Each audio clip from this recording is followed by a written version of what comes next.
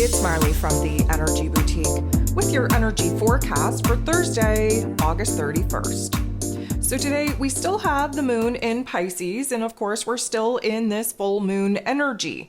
We had the full moon kind of peak last evening at 7 degrees, and of course a huge weight, huge illumination to some pressures, to some pain, to some frustration, to some drama should have been illuminated. Now, granted, it is going to take a couple of days for those illuminations, those realizations to actually come full circle, for a change and a transformation in our inner realms to actually be had from this full moon energy. And moving in today, we're definitely going to be sitting in it, percolating in it, trying to break free from it. There are 9 different aspects. All 9 involve the moon, which means that we're having a moon day. Highly emotional, hypersensitive, feeling heavy and weighted in the physical body.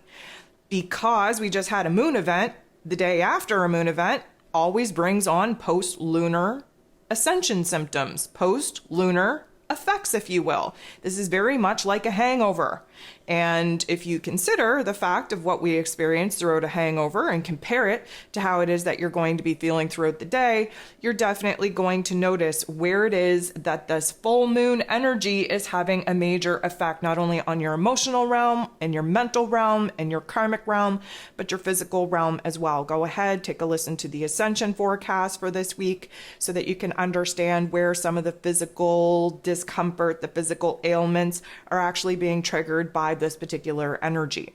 So we are definitely going to be wading through the waters, so to speak, of this Piscean energy. And of course, even if we didn't have a moon event, the moon in Pisces is no joke. We're trying to bring something to an end, to a close, because of course, when we shift into that Aries energy, that is a brand new beginning, a brand new emotional cycle. So we have to feel the weight, we have to feel the pressure, we have to reach a breaking point in order for us to pivot, leave that part of ourselves, of our reality, of our circumstances behind, and start fresh when we have the moon shift into Aries energy. So it's also the last day of August, which means that we are going to be learning the life lessons that August was meant to teach us threefold. It is an intense reflection back. And of course, with all of these retrograde planets, we're in reflective mode anyways. But if you need to go back, take a listen to the August energy forecast on what it is that we were supposed to be learning and experiencing throughout this month. Please go do so that you understand where it is that you're at, busting into a brand new chapter, brand new vibration, brand new life lessons that of course September will bring. So the moon in Pisces is going to semi-square, creating a little bit of a tension and a little bit of a conflict with the North Node in Aries. The North Node in Aries is our soul path, our destiny point. It's the path that we got to get on in order to break free, bust free, be a little bit more independent in order to know thyself. This particular energy, because it is a tension, because it is a conflict, this means that the confusion that we're experiencing is really stunting our ability to see the next step in moving forward. That isn't a bad thing, okay? Many of us eager beavers to kind of get the party started in a brand new direction when we're not being supported in doing so. With all of these retrograde planets, our only focus should be reconciling issues of the past, fixing, healing, solving issues of the past. The only new thing that should be initiated or being brought to life at this time are better circumstances than the ones that we're currently collapsing. So the fog, the confusion is absolutely needed at this time. Yes, it's frustrating because we can't see the next step forward in our path, but nonetheless, we're being forced, especially with this full moon energy, with this moon in Pisces, to rest, to stand, to observe, to not make any kind of move, take any kind of action, just simply navigate the thoughts, the feelings, the indicators, the hints, the clues that are coming at us. The moon is then going to interact with Uranus, the Great Awakener, who is now retrograde in this Taurus energy. This is a positive interaction, which means that we're likely going to receive an aha moment. We're going to have an epiphany. We're going to receive some insights and intuitive impressions, if you will, that will show us what we have to address in our physical realm, what we have to change, what we have to do differently, where we have to be more open to change, and trying new methods of doing the same old, same old. The moon then interacts with Venus, the goddess of love, beauty, worth, pleasure, money, who is retrograde in the heart and soul of the zodiac, which is Leo energy. This particular interaction is definitely going to illuminate choice points, decision points, seeing two very extreme ways to go. Of course, one way is the wounded path that hopefully we're trying to heal and fix under this full moon in Pisces. The other path is empowerment, healing, growth. Of course, Venus is preparing to go direct, and when she does, she's going to be able to kind of tackle her physical realm and rearrange who and what needs to stay, needs to go. But the confusion and the overwhelming emotional situation that we're in right now is kind of blurring the lines. There is this want, need, and desire to fall back on the fear programming, on what is old, tried, tested, and true. And again, please listen to the full moon in Pisces astro forecast that I put out, because the whole point of this full moon in Pisces is to not make moves out of fear, to not revert to that old programming, to break away from the patterns and the behaviors that keep us in this particular loop. So where the heart is concerned, especially where we've had a change of heart, where we've had a pivot point over the last couple of weeks with discerning who and what needs to stay, needs to go, the confusion and the want, need, and desire to feel safe and secure really leads us to sticking to what is tried, tested, true, and familiar. But that is the exact thing that we need to break away from, which is the old conditioning, the old programming, the old belief system. The moon then goes ahead and semi-squares Pluto. This is a tension. This is a conflict that is going to be super intense. Pluto is the great transformer. He is retrograde in this Capricorn energy, helping us to boss up, take control over our physical lives, and deconstruct, collapse, rearrange, reorganize the systems, the structures, the foundations that are holding us back, that are preventing us from making any kind of progress, especially where emerging as this new version of self is concerned. This is definitely going to turn a whole lot of funk all the way up for us to see where it is that we are sitting in fear, where we do have doubts, where we do have insecurities. But the whole point of Plutonian energy is to highlight the darkness and give us the opportunity to alchemize it to light, to show us the pain, to give us an opportunity to flip the script into something that is much more powerful. So this is going to illuminate for us where it is that there are some intense energies, some intense memories, some intense pain and fear and trauma creeping up. Again, we're in a full moon. This is the time to release it. The moon goes ahead, sextiles, beautiful energy, beautiful interaction with Jupiter, the planet of growth, expansion, beliefs, abundance, and blessings, who's in this Taurus energy, helping us to recreate a physical realm that looks good, that feels good. This is showing us where it is that we have the opportunity to create change, where we have the opportunity to bust away from what isn't working in order to create a space where new things could definitely be more supportive and encouraging to our new goals, to our new passions. This is definitely going to illuminate where we're picking ourselves up, drying ourselves off, where we're plucking out the silver linings, where we're trying to build ourselves up to be optimistic and confident and hopeful once again. And of course, this does have the opportunity to download us with an epiphany, with an aha moment, because the spiritual knowledge that Jupiter gives us from our past tough love life experiences, now that's being activated. We're able to pull from it, we're able to integrate it, we're able to put it into practice, and we're able to actually see the amount of growth and healing that we're able to accomplish when we do better. When you know better, you have to do better.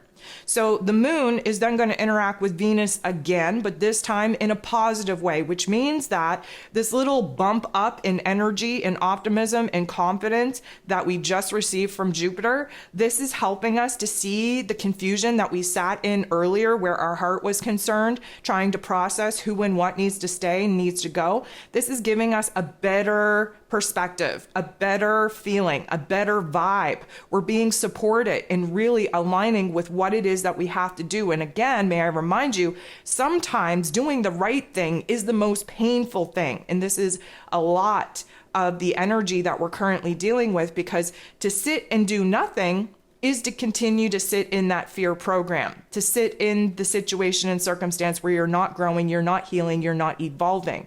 This particular interaction is giving us some intuitive insight. It's given us some good feels, some good vibes, that we have what it takes to break free of the old system and really follow our heart space. We truly do want to be happy. We want to feel safe. We want to feel secure. And unfortunately, for some people, that means that they got to go.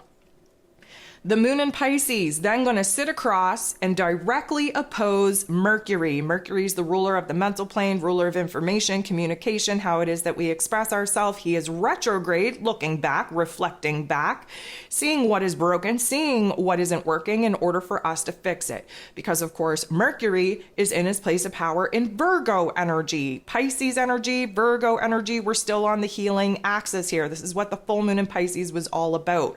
The moon is our heart space. Mercury is our head space. And right now we are not on the same page. Again, the Pisces energy lacks boundaries. It's just kind of all over the place, very confusing, very delusional. The Virgo energy that Mercury is in is very particular, very compartmentalized. We're focused in on the smaller details. We are implementing boundaries. We are compartmentalizing our thoughts versus our feelings. But this is why there's a disconnect. This is why there's an opposition, because of course the Pisces energy is all encompassing, all consuming, all possibilities are definitely on the table, while Mercury retrograde in Virgo is like, you know what? I don't see how you can be so hopeful. I don't see how you can have all of these, optimistic visions of the future, when realistically speaking, if we take a good look at our surroundings, at our circumstances, the possibilities that are sitting in our heart space with the moon in Pisces, they are kind of delusional. Mercury being in this Virgo energy, we're all about reality, and we're all about taking the hints and clues from our physical reality and kind of percolating on them, because to us, that is the only thing that is possible, is staying in the realm of reality. The moon in Pisces doesn't want to have anything to do with reality. So we're kind of hopeful and wishful. We're very imaginative. We're living in la la land. And that mercurial energy in Virgo is trying to bring us back down to earth. So that's the conflict. The moon is then going to go ahead, interact with Chiron, the wounded healer, who is retrograde in this Aries energy, in such a way that's going to highlight for us where it is that we're making some progress, where we're making some growth, where we're seeing aspects of ourselves being healed, where we're going to feel the heaviness, the weight that we've been in for quite some time now, be lifted just a tad. Of course, we're going to have some changing thoughts, especially seeing ourselves from a different set of eyes. This Chiron retrograde in Aries energy is helping us with this identity crisis, with this rebranding, with this reemergence of this new self. And because we are defragging the old karma, the old emotional baggage of the past, this is kind of disconnecting us from the situation and circumstances that keep triggering and reactivating the old self. So this is a little bit of progress that we're going to be thinking about and feeling very much in our heart space, just in time for the moon to sextile Uranus. So Uranus being the great awakener, he does rule over the higher realms of intelligence, the higher realms of our intellect.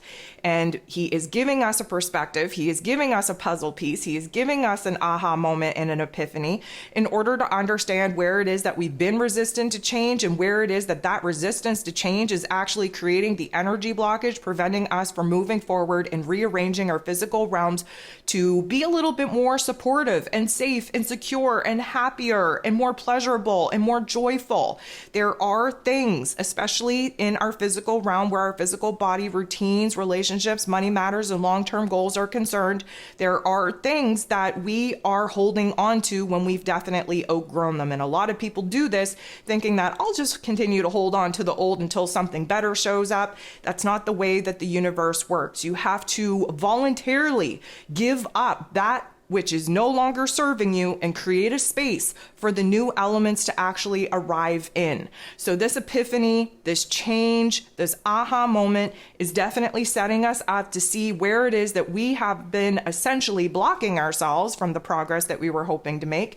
And because of that, once you know better, then you have the opportunity to do better. And our opportunity to do better is to restructure and reorganize our inner realm of belief, our inner perspective, our inner understanding of where it is that we're holding on to the old with a death grip, but yet we should have our hands out awaiting the rewards from the universe for our future selves. You cannot do both. So you should really just kind of sit and consider what it is that you're holding on to, what it is that you should be letting go, where it is that you need to create a space for the new, and where it is that you need to detach from the things that are no longer supporting this new version of self, this new quest, this new mission, this new dream, this new vision.